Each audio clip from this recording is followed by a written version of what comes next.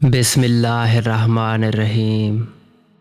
شروع اللہ کے نام سے جو بہت بڑا مہربان اور نہایت رحم کرنے والا ہے۔ پیارے آقا دو عالم حضرت محمد صلی اللہ علیہ وآلہ وسلم نے ارشاد فرمایا ہے کہ جب تک چاند نہ دیکھو روزہ شروع نہ کرو، اسی طرح جب تک چاند نہ دیکھ لو روزہ موقوف نہ کرو، اور اگر بادل چھا جائیں تو 30 دن پورے کر لو۔ جب رمضان کا مہینہ آتا ہے تو آسمانوں کے تمام دروازے کھول دیے جاتے ہیں اور جہنم کے دروازے بند کر دیے جاتے ہیں اور شیاطین کو زنجیروں سے باندھ دیا جاتا ہے۔ تم میں سے کوئی بھی شخص رمضان سے 1-2 دن پہلے روزہ نہ رکھے، ہاں اگر کوئی پہلے سے رکھتا آ رہا ہے تو وہ رکھ لے۔ روزہ میرے لیے ہے اور میں ہی اس کا بدلہ دوں گا، اور اس میں دوسری نیکیوں کے مقابلے 10 گنا زیادہ ثواب ہے۔ سحری کھاؤ کیونکہ سحری کھانے میں برکت ہے، یقیناً اللہ اور اس کے فرشتے سحری کھانے والوں پر سلام بھیجتے ہیں۔ رمضان کی ہر رات اور ہر دن میں اللہ کے ہاں سے جہنم کے قیدی چھوڑے جاتے ہیں، اور ہر مسلمان کے لیے شب و روز میں ایک دعا ضرور قبول ہوتی ہے۔ جس نے روزہ دار کو روزہ افطار کرایا اسے بھی اتنا اجر ملے گا جتنا روزہ دار کے لیے ہوگا، اور روزہ دار کے اجر میں کچھ بھی کمی نہیں ہوگی۔ جس شخص نے ایمان اور احتساب کی نیت سے روزے رکھے تو اس کے پہلے گناہ معاف کر دیے جائیں گے۔ جنت کے 8 دروازے ہیں، ان میں سے ایک دروازے کا نام ریان ہے، جس میں سے صرف روزہ دار داخل ہوں گے۔ ہر چیز کی زکوٰۃ ہوتی ہے اور جسم کی زکوٰۃ روزہ ہے۔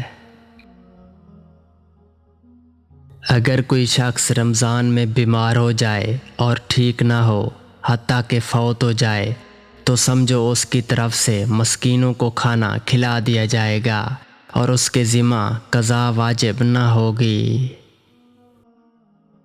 روزہ دار کے منہ کی بو اللہ کے نزدیک مشک کی خوشبو سے بھی بہتر ہے۔ جو شخص اللہ کے راستے میں ایک دن بھی روزہ رکھے اللہ اس کا چہرہ اس دن کے عوض جہنم کے 70 سال دور کر دے گا۔ جو شخص ماہ رمضان کا ایک روزہ بھی جان بوجھ کر چھوڑ دے اور عمر بھر اس ایک روزے کی تلافی کے لیے روزے رکھے تو پھر بھی اس ایک روزے کی کمی پوری نہ ہوگی۔ روزہ ایک ڈھال ہے، اس لیے روزہ دار نہ بیہودہ گوئی کرے اور نہ جاہلانہ افعال۔ جس نے روزہ رکھ کر بھی بد زبانی اور جھوٹ نہ چھوڑا تو اللہ کو اس کا کھانا پینا چھوڑ دینے کی کوئی ضرورت نہیں۔ ماہ رمضان میں گھر والوں کے خرچ میں کشادگی کرو، کیونکہ ماہ رمضان میں خرچ کرنا اللہ تعالیٰ کی راہ میں خرچ کرنے کی طرح ہے۔ جس نے رمضان کے روزے کو فرض سمجھ کر ثواب کی امید سے رکھا وہ بخشا گیا۔ آدمی اپنے اچھے اخلاق کی وجہ سے ان لوگوں کا مرتبہ پا لیتا ہے جو راتوں کو عبادت کرتے ہیں اور دن کو روزے رکھتے ہیں۔ 3 آدمیوں کی دعا کبھی رد نہیں کی جاتی: عادل حکمران، روزہ دار حتیٰ کہ وہ روزہ افطار کر لے، اور مظلوم۔